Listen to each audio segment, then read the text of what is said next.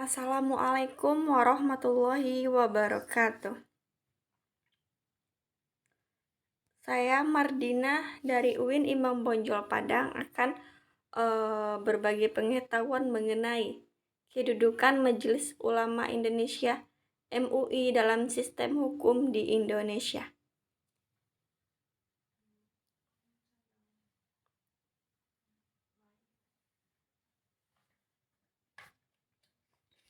Kedudukan Majelis Ulama Indonesia (MUI) dalam sistem hukum di Indonesia. Undang-Undang Nomor 17 Tahun 2013 tentang Organisasi Kemasyarakatan Ormas merupakan pedoman dalam pendirian dan pembentukan organisasi kemasyarakatan.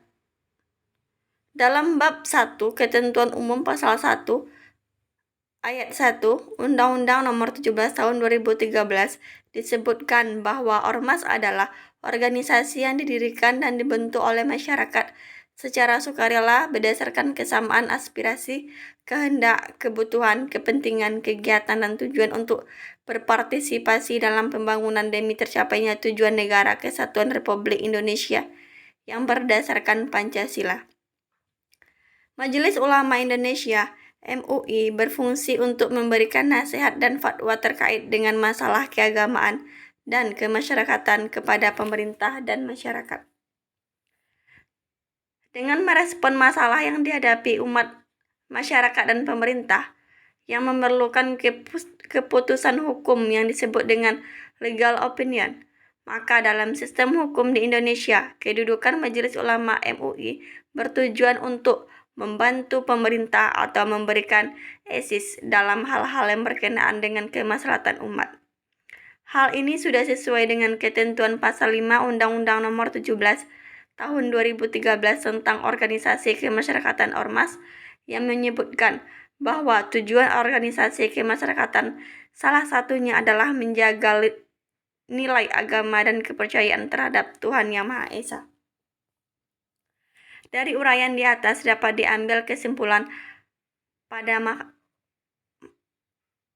ini adalah bahwa Majelis Ulama Indonesia MUI sebagai lembaga adalah menjadi mitra bagi pemerintah dan masyarakat dalam menjaga dan mengawal pelaksanaan syariah dalam kehidupan bermasyarakat dan bernegara.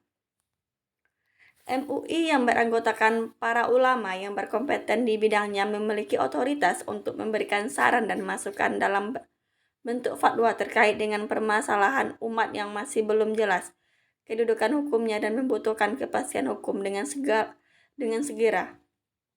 Juga untuk mengedukasi dan mengajak masyarakat agar menjalankan syariat Islam dengan baik.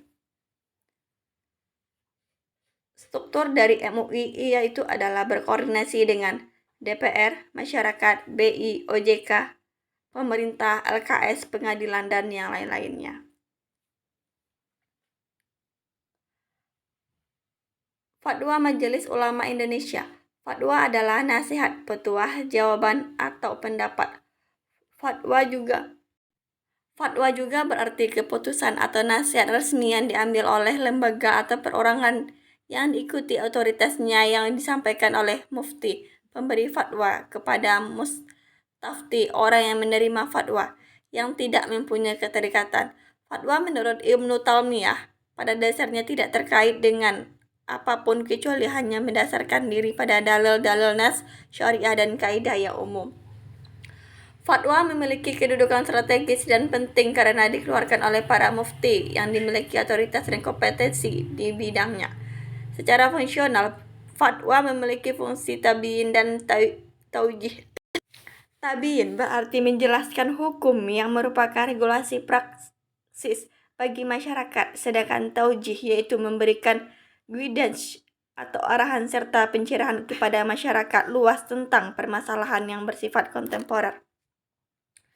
Fatwa memiliki kedudukan penting dalam hukum Islam karena fatwa merupakan pendapat yang dikemukakan oleh ahli hukum Islam, fuqaha, tentang kedudukan hukum suatu permasalahan yang baru muncul di masyarakat yang belum ada ketentuan hukumnya secara eksplisit atau tegas, baik dalam Al-Quran, Sunnah, Ijma', maupun dalam pendapat ahli hukum Islam yang terdahulu.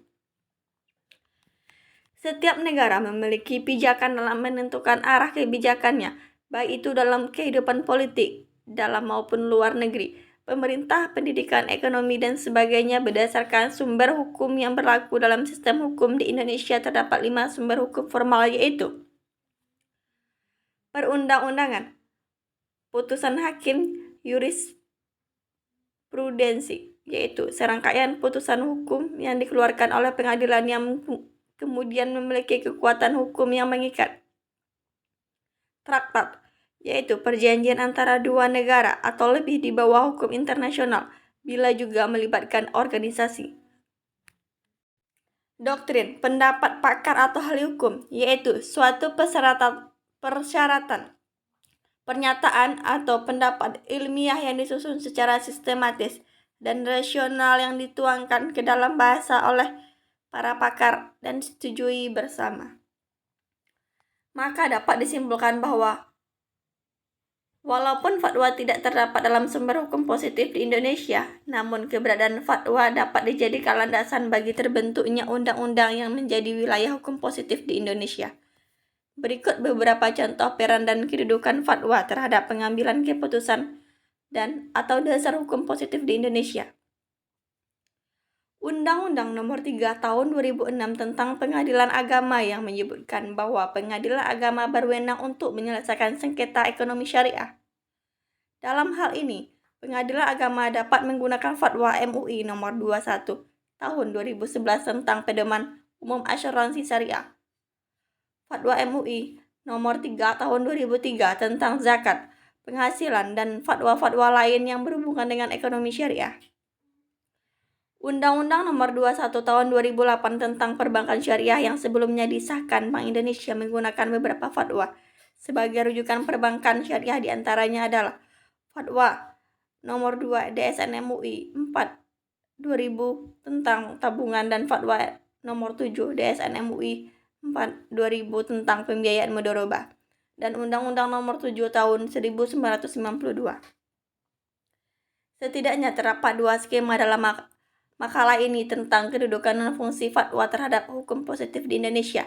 Dapat dilihat pada gambar 2 berikut. Skema 1, hukum positif ditambah dengan isu-isu kontemporer sama dengan solusi fatwa. Skema 2, isu-isu kontemporer ditambah solusi berupa fatwa sama dengan hukum positif.